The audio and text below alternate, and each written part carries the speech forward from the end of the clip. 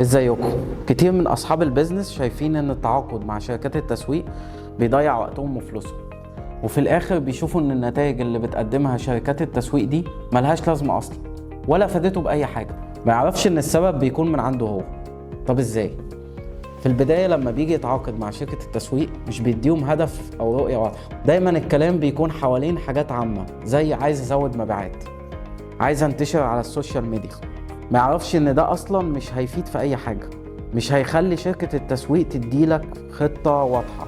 كل الخطط اللي هتاخدها مشتتة ومش مفيدة، وبعد كده مش هتبقى مبسوط في الاخر من الشغل اللي اتعمل حتى لو كان فيه مجهود كبير. علشان كده في حاجة لازم تعملها، وهي انك تحدد اهداف واضحة قبل ما تتعاقد او تتفق مع شركة تسويق. السؤال بقى هنا، هعمل ده ازاي؟ في استراتيجية اسمها سمارت جولز، ودي حروف لكلمة سمارت العادية اللي احنا عارفينها. الاستراتيجية دي فيها 5 عناصر. أول عنصر اللي هو اس، السبيسيفيك، يعني لازم الهدف بتاعك يكون متحدد. يعني مثلا لو انت عايز تزود المبيعات، قول انا عايز المبيعات تزيد بنسبة 20%. كده بقى الهدف بتاعك متحدد. تاني عنصر حرف الام اللي هو ميجرابل، لازم الهدف اللي حددناه قادرين نقيسه، وطبعا لما تقيسه هتعرف قد ايه حققت منه، وهتشوف فيه تقدم ولا لا، علشان ما تحسش انك بتجري في الهواء او على الفاضي.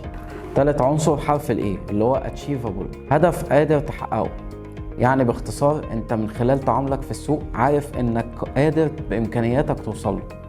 يعني لو مشروعك لسه في البداية بلاش تتكلم في حجم مبيعات كبير وانت لسه بتبدأ، او حاجة فوق قدرة المخزون من المنتجات اللي انت هتبيعها مثلا. رقم 4 حرف الار اللي هو relevant، الهدف بقى يكون مرتبط بشكل مباشر بالبيزنس بتاعك او الاساس بتاع شغلك، مش بيكون بعيد عنه.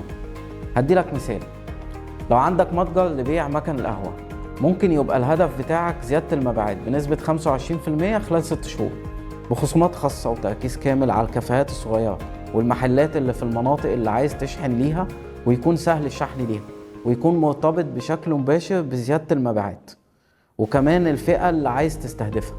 خامس حاجة حرف التي، تايم باوند. ببساطة كده العنصر ده بيتكلم عن انك تحدد فترة زمنية تقديرية، ما تخليش الدنيا مفتوحة. يعني مثلا 2 أو 3 شهور للهدف اللي انت هتحققه. طيب اختصار للكلام اللي فات ده كله، هديك مثالين للهدف الواضح والهدف اللي مش واضح. هدف مش واضح، انا عايز اكبر على السوشيال ميديا. هدف واضح، عايزين نوصل ل50,000 متابع على انستجرام خلال 6 شهور مع تحقيق معدل تفاعل 5%. في النهاية أنا عايز أقولك إن الاستراتيجية دي هتساعدك تشوف إن كانوا وصلوا الهدف ولا لأ. تقدر تقيم جودة الشغل لو كانت الأرقام واضحة، وبرضه هتقدر تتابع النتائج وتعمل توقعاتك بسهولة، وتكون دايما مطمن إن شغلك في إيد أمينة. سيب تعليقك تحت الفيديو، هديلك مثال على بيزنس موديل إزاي استخدم الاستراتيجية دي. وفي الفيديو الجاي هقولك لما بتتعاقد مع شركة تسويق في أول اجتماع إيه الأمور اللي بيركزوا عليها، وازاي لما بيبقى في تحديد للأهداف بيبدأوا في تنفيذ ده بشكل عملي، وتتحول لخطة تسويقية واضحة ومفهومة.